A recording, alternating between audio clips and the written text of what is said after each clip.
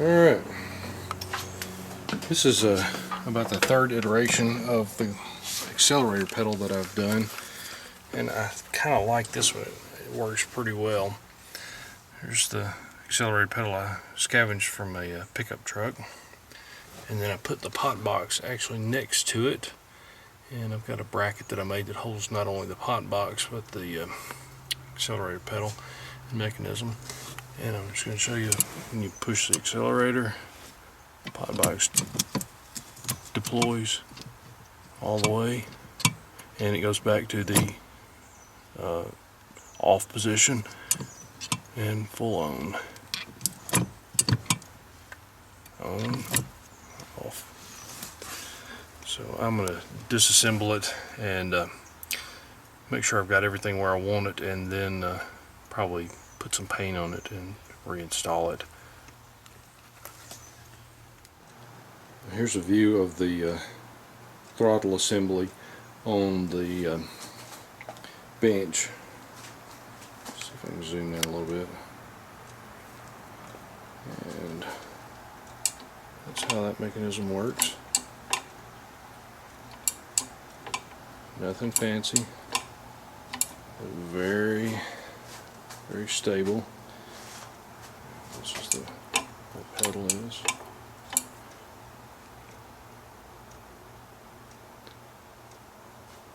That's where it actually bolts in, those two up there, and then there's one way down here in the corner. It holds in. That's the original bolt pattern that held the accelerator pedal in for the HHR's original stock throttle. This is the actual wire that comes out of it that will go into the Zilla controller, and there's a kill switch down here. That's what these three are.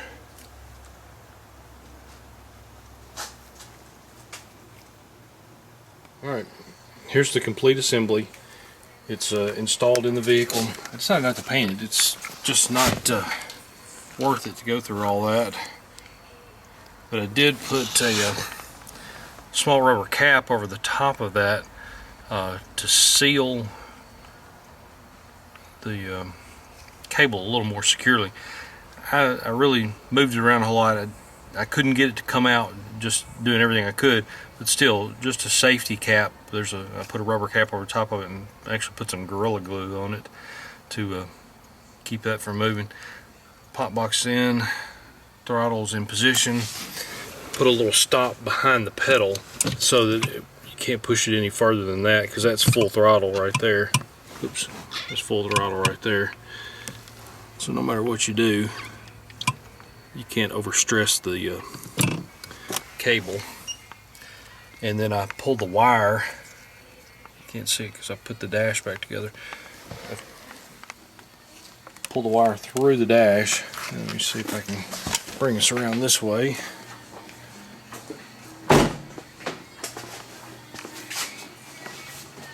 Maybe a little dark. Let's see.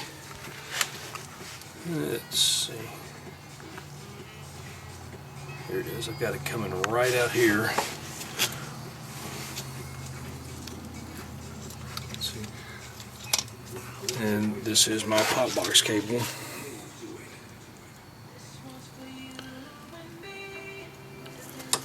Alright. Slowly but surely, we're getting there. I've got the original motor mount over here now that's got a rubber grommet in it, and I'm going to mount the motor to this on this opposite end. That'll be my torque arm and my support on the far end of the motor. But once again, I have another missing part. The two nuts that go in there look like they're 18mm nuts with probably a 1 or 1.25 thread, and they're missing in action. So I'll go back to my friend and see if he's got them from where he disassembled the vehicle. If not, I'll just have to find some. Anyway, that's my next project. I'll get the end of the motor supported, and then we should start installing some components. This is just a rough setup. have this sitting on an aluminum plate. It's just a plate I had left over, and it actually fits in there pretty well.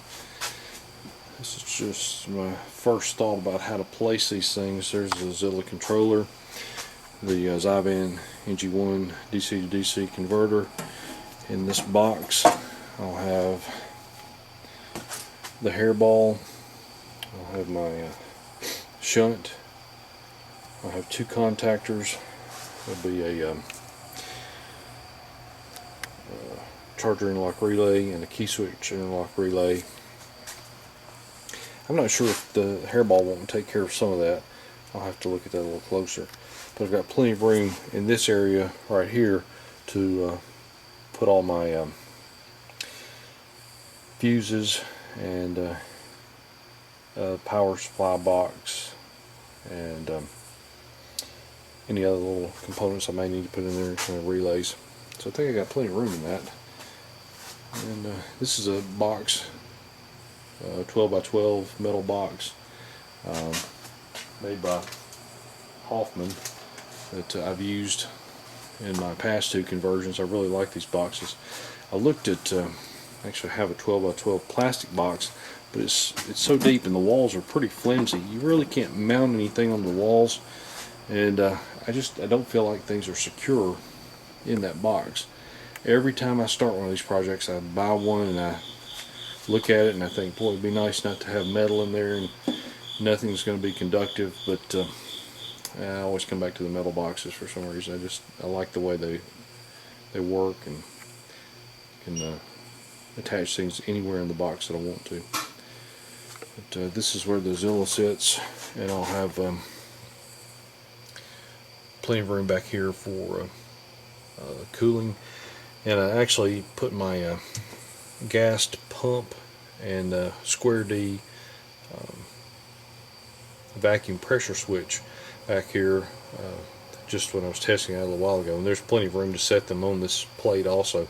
So I should be able to get all my components on this one plate. The only thing is I'll have the vacuum pressure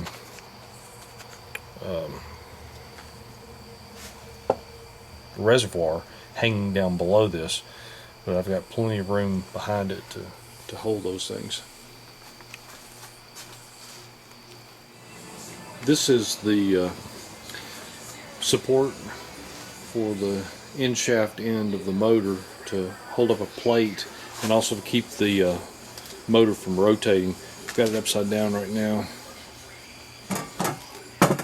I'll show how it goes in just a moment. It will sit up.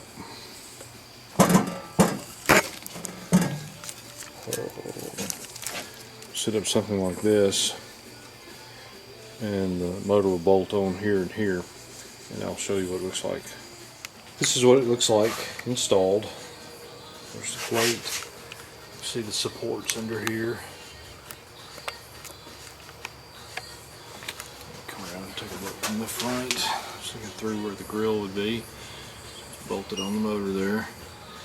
And then over here you see there's one stud hooked to a frame member right there, and there's a second stud over here.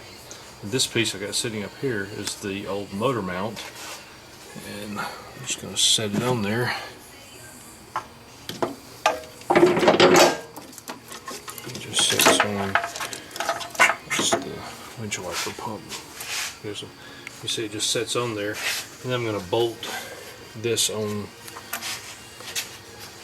to it so it will support it. It will keep the motor from torquing.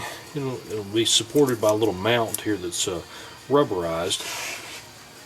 And then sitting on top of this, I'm going to put another plate that'll be supported from these two bolts. I have a support coming up here, and there'll be a flat plate coming across this. And I'll show you that setup in just a second.